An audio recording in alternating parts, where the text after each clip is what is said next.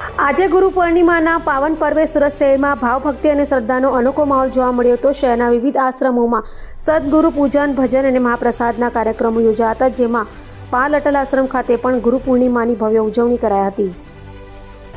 સુરતના પાલ વિસ્તારમાં આવેલા અટલ આશ્રમ ખાતે ગુરુ પૂર્ણિમા મહોત્સવ ભવ્ય રીતે ઉજવાયો હતો। સદગુરુ શ્રી બટુકગીરી મહારાજના સાનિધ્યમાં ગુરુ પૂજન અને ધાર્મિક વિધિઓ સંપન્ન થઈ હતી।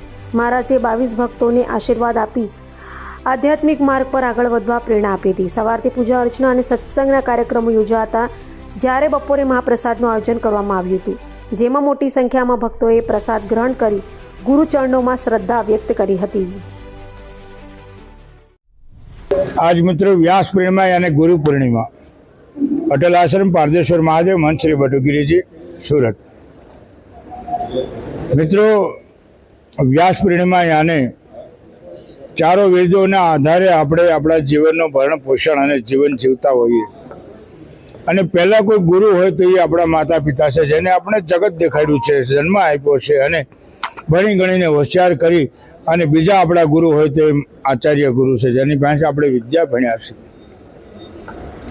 ત્યારબાદ આધ્યાત્મિક ક્ષેત્રમાં જવા માટે આપણા ગુરુ, હવે આધ્યાત્મિક ગુરુ તરીકે કોઈ મહાન પુરુષોને આપણે શરણ જતા હોઈએ છીએ, એમના આશીર્વાદ પ્રાપ્ત કરતા હોઈએ છીએ।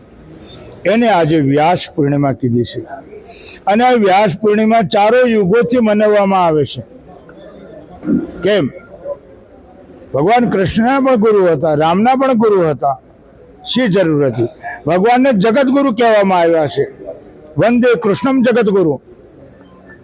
ભગવાન કૃષ્ણને 3 કાલ સંધ્યા ત્રિકાલજ્ઞ જાણનાર, ત્રિકાલજ્ઞ હોવા છતાં એમના ગુરુના સાનિધ્યમાં જવું પડ્યું અને એમને સદગુરુ તરીકે દુર્વાસા મુનિને સ્વીકારેલા અને આચાર્ય ગુરુ ચાંદીમુનિ ઋષિના આશ્રમમાં જઈને વિદ્યા અભ્યાસ કર્યો, એટલે એ આચાર્ય ગુરુ તરીકે આપણે જેની વિદ્યા અભ્યાસ કરતા હોય એ આપણા આચાર્ય ગુરુ હોય છે।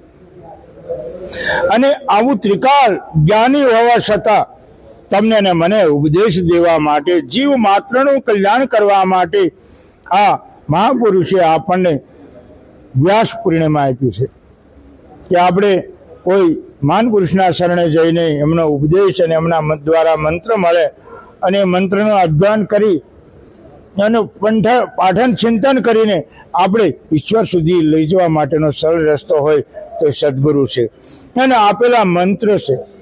તમે જો વાલ્મીકી લૂંટારાને નારદે મરા નારદજીએ બીજો મંત્ર પ્રહલાદને આપ્યો, ઓમ નમો ભગવતે વાસુદેવાય। એક કબીરને રામ મંત્ર આપેલો। આ બધે મહાન પુરુષોને ગુરુ દ્વારા મંત્ર મળે અને એ મંત્રનું તમે ચિંતન, મનન અને જેટલા કલિકાલ યુગ કેવલ નામ યાધારા સમર સમર ભાવ ઉતરી પારા ગુરુ દ્વારા મંત્ર મળેલો હોય અને એનું પઠન ચિંતન કરો તો સહજ રીતે મુક્તિ છે। આપણે શક કરશું, શંકા રાખશું, આમ થશે કે ના થશે, પણ મિત્રો યાદ રહે, સૂર્ય પછી ચંદ્ર ઉગે છે, ચંદ્ર હાથમે તો સૂર્ય ઉગે છે, રાત પછી દિવસ આવે છે, સુખ પાછળ દુઃખ હોય છે, દુઃખની પાછળ સુખ હોય છે। એમ પરમાત્માના રસ્તા તરફ તમે ડગ મૂકો તો ઈશ્વરની પ્રાપ્તિ પણ સહજ છે। આવો ગુરુ પૂર્ણિમાની મંગલ શુભકામના સાથે અટલ આશ્રમ પારદેશ્વર મહાદેવ મંચ શ્રી બટુકગીરી સુરત।